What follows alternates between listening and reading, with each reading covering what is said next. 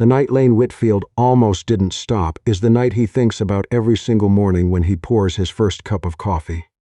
It was a Tuesday in late November, the kind of cold that doesn't negotiate.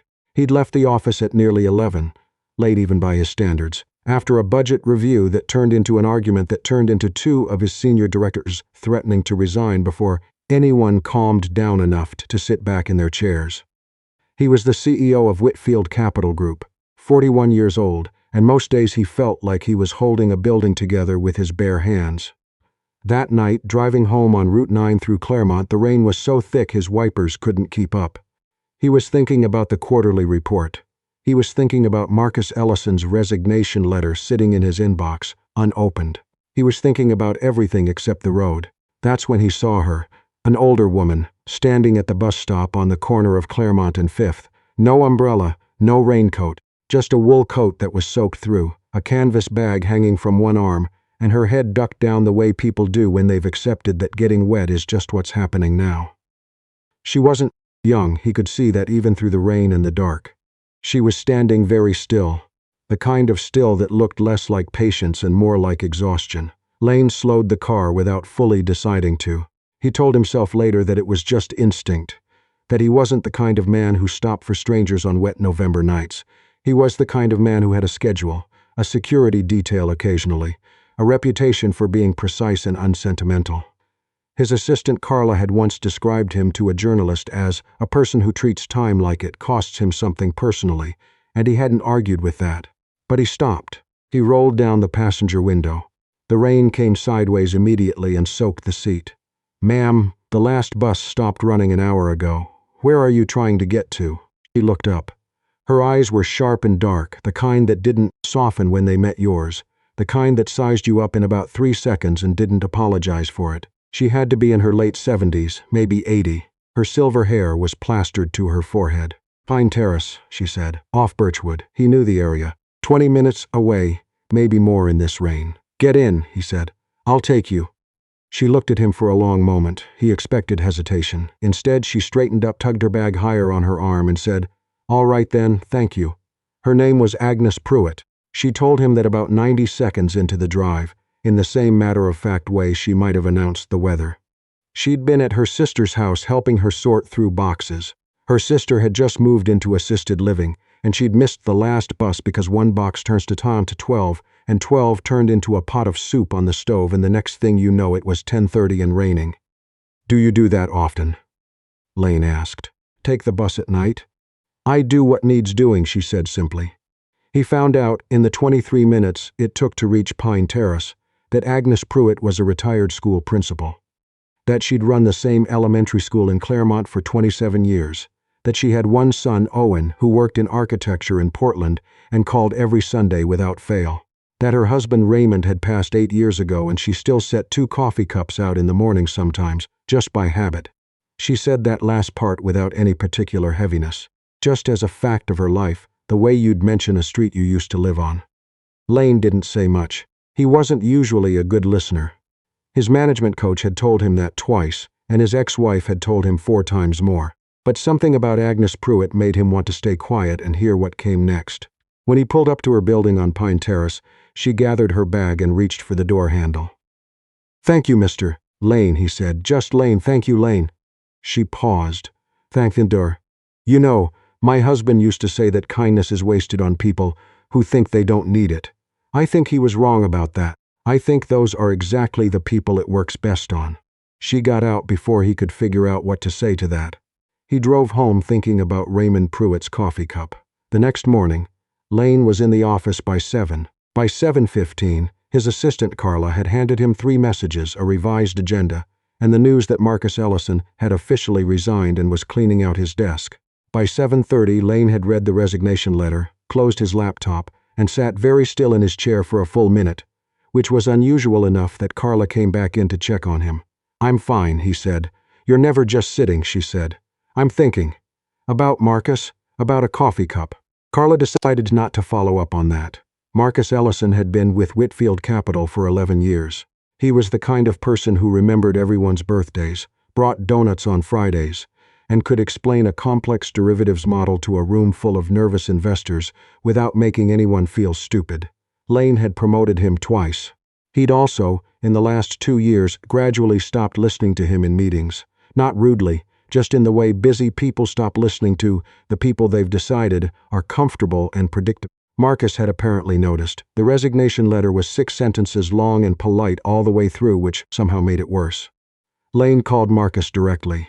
It went to voicemail. He left a message that said, "I hear you. Let's talk before you go." He wasn't sure Marcus would call back. He didn't hear from him that day. He drove home the same route as the night before, and when he passed the bus stop on Claremont and 5th, he slowed down without thinking about it. There was no one there. Just the rain again, lighter tonight, and the yellow glow of the streetlight on the wet pavement. He wasn't sure why that made him feel something like loneliness. 3 weeks passed. The Marcus situation resolved itself, quietly, and not in the way Lane had hoped. Marcus took a position at a competitor firm, which Lane found out from an industry newsletter rather than from Marcus himself. He sat with that for a while. Work moved the way work always moved. Relentlessly. Fourth quarter projections. A potential acquisition in the Mid-Atlantic region. A board dinner where he said exactly the right things and meant about 60% of them. His daughter Cora called from her apartment in Austin and talked for 40 minutes about a photography project she was working on, and he listened with one ear while answering emails and only realized afterward that he'd missed the whole thing. He called her back. "Dad? Tell me again," he said. "The photography thing, from the beginning." There was a long pause. Then she said, "You okay?" "Tell me again," he said. So she did, and this time he closed the laptop. Cora was 26, and she had her mother's directness, and something that was entirely her own. A way of paying attention to things other people walked past. She photographed ordinary moments. The way light fell through a bus window, the expression on someone's face right before they laughed, an old man's hands wrapped around a paper coffee cup. She'd been doing it for 4 years and had shown her work in 2 small galleries and made almost no money from it and was deeply, visibly happy. Lane had never fully understood that, the happiness in the absence of the money. But he was starting to want to. He told her about Agnes Pruitt. "You just stopped?" Cora said. "It was raining, Dad." Her voice had a smile in it.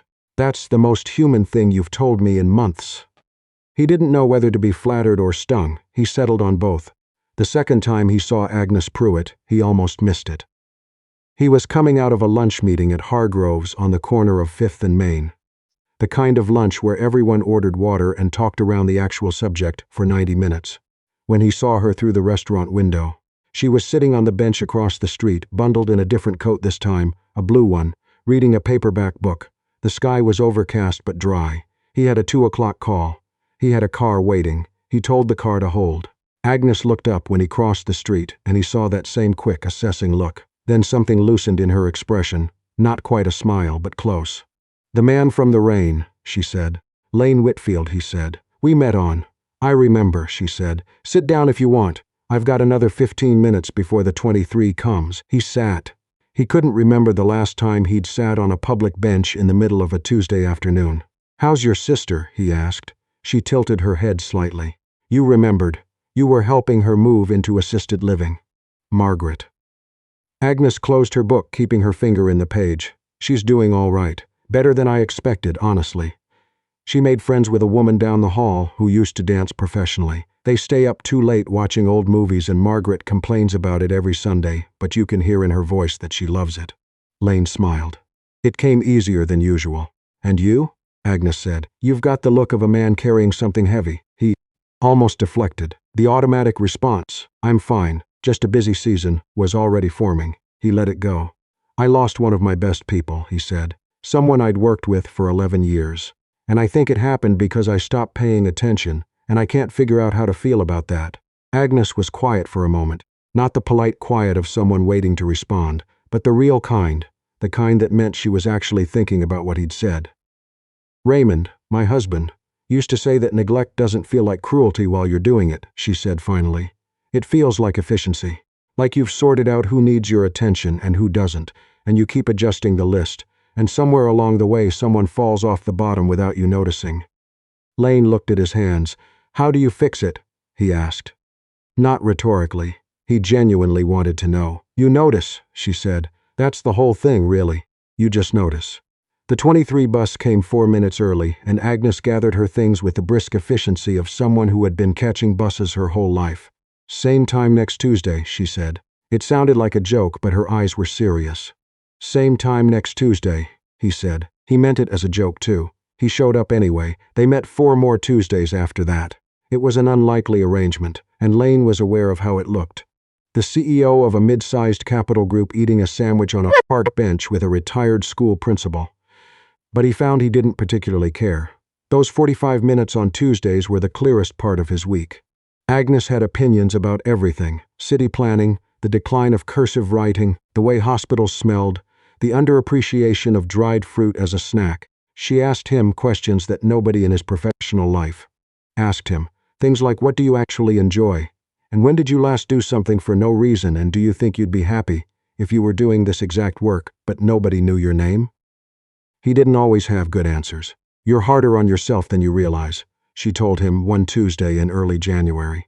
The cold was serious now, and she'd brought a thermos. She offered him some without asking if he wanted it, which he appreciated. He hated being asked if he wanted things.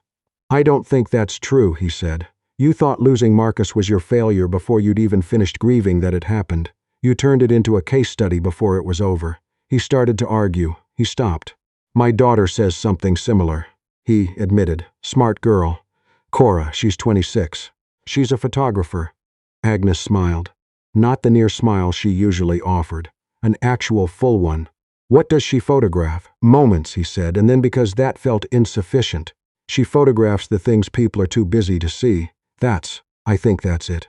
Agnes looked at him for a long moment. She got that from someone.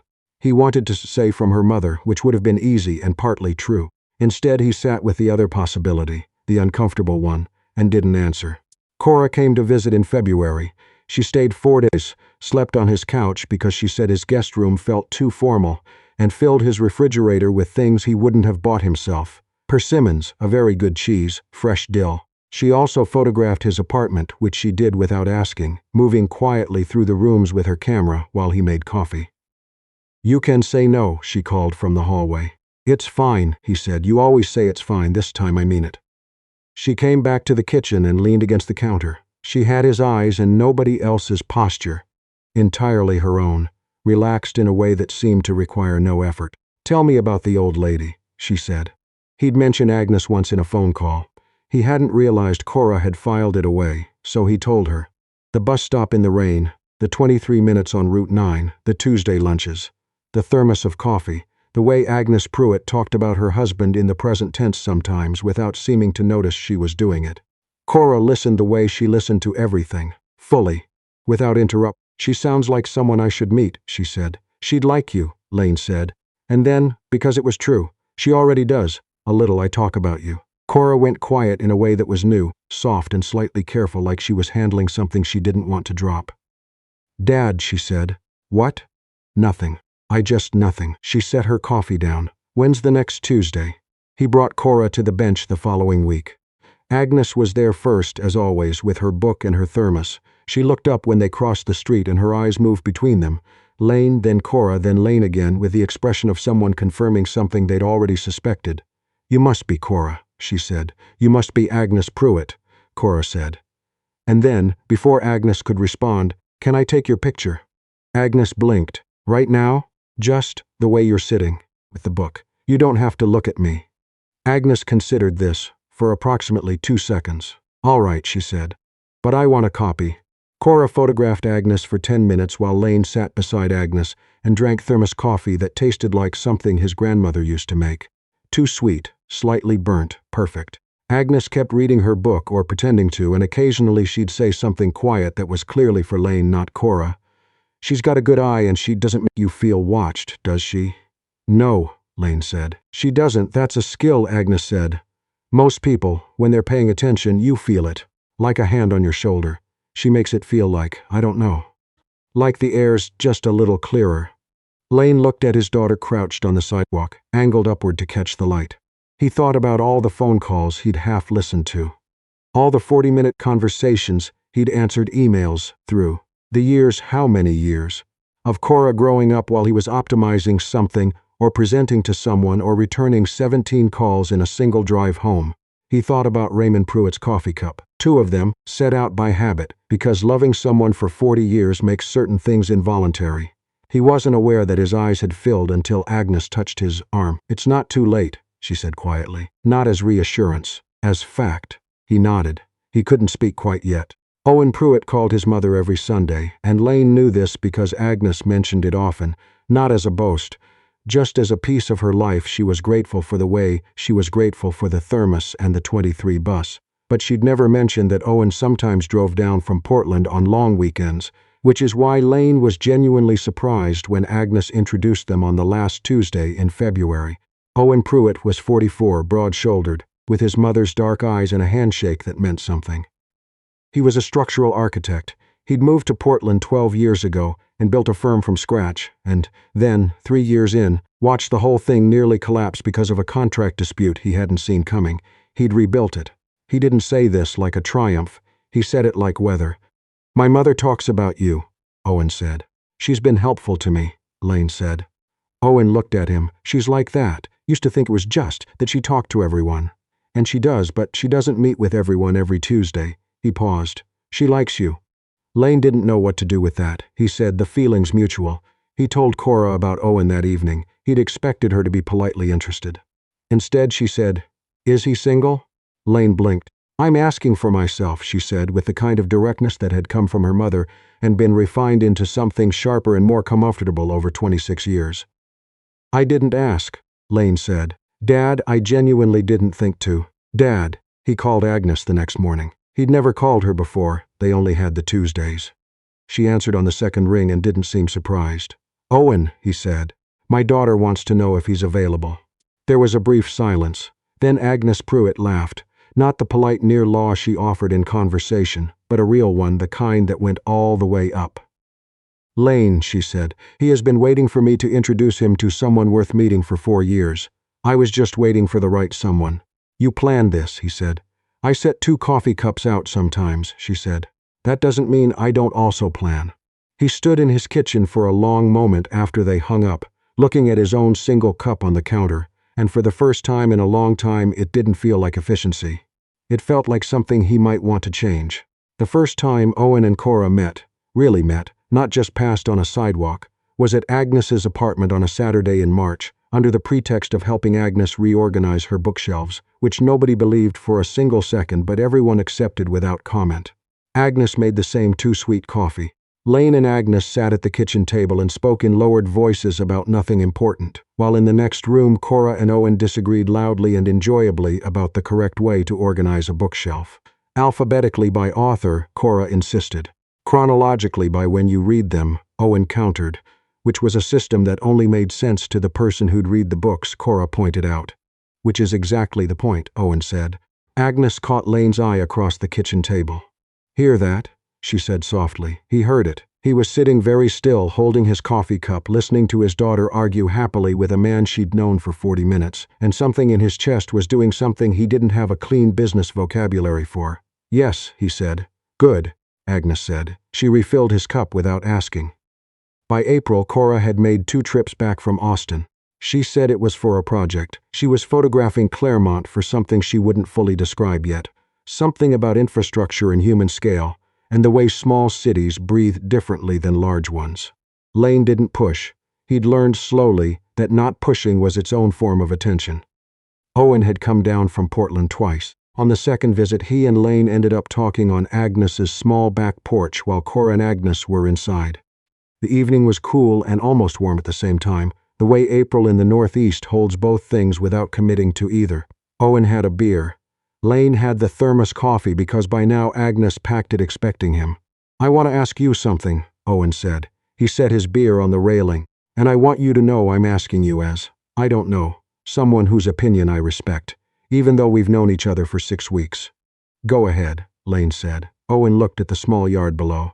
"I'm thinking about opening a second office. In Claremont, actually. There's been work here, and I've been driving back and forth, and," he stopped, "I don't want to move my whole life for a girl I've known for 6 weeks. That's not the plan." "But," Lane said, "but I keep thinking about Portland." He paused. "I keep thinking about how it felt when I built that office from scratch, and thought I understood what I was building toward, and then I looked up one day, And my mother was taking the 23 bus home in the rain at 10:30 at night, and I wasn't there. I wasn't anywhere near there." Lane was quiet. "She never said anything," Owen said. "You know how she is. I know how she is. She doesn't complain. She says I do what needs doing, and you're supposed to understand that means she needs someone to notice." Lane thought about Mark Ellison's resignation letter. 6 sentences, all polite, an entire conversation happening in the space between words. "Open the office," he said. Owen looked at him. "Not for Cora, or not only." Lane turned his coffee cup in his hands. "For the version of yourself you want to be able to look back on, the one who noticed." Owen was quiet for a long time. Then he picked up his beer and said, "Your daughter said you've been different lately, since November." "Since November," Lane agreed. "She said she didn't know what changed." Lane looked through the screen door inside. Agnes was showing Cora something in a book, leaning over her shoulder, pointing, and Cora was laughing. His daughter's laugh, full and sudden, the laugh that had always sounded like it surprised even her. "A woman at a bus stop," he said. "That's what changed." On the first Tuesday of May, Lane arrived at the bench on 5th and Main to find Agnes already there, thermos in hand, and next to her, unexpectedly, a small cardboard box. "What's that?" "A gift," she said. "Sit down." He sat. She handed him the box. Inside, wrapped in tissue paper, was a framed photograph. He recognized the subject. His own apartment, taken from the hallway, looking toward the kitchen window where the morning light came in gray and clean. In the frame of the window, just barely visible, a single coffee cup on the counter. Cora's handwriting on the back, "For the next cup." He held it for a long time. "She dropped it off this morning," Agnes said. "She said you'd know what it meant." He did know. He knew exactly. He looked at Agnes. She was watching him with those sharp, dark eyes, patient the way she was always patient, not waiting for him to perform a feeling, just giving him space to have it. "How do you do that?" he asked. "How do you just know what people need?" Agnes tilted her head. "I was a school principal for 27 years, she said. "I spent 30 years before that being Raymond Pruitt's wife, and before that, I was a girl who grew up in a house with not much money and a lot of people, and nobody had time to tell you what they needed. You either learned to read people or you got left out." She poured him coffee. "It's not magic. It's just paying attention long enough." He took the cup. The 23 bus went past without stopping. Neither of them was catching it. "Same time next Tuesday," she said. He looked at the photograph in his hands. The empty cup, the light. "Same time next day," he said. And this time it wasn't a joke at all.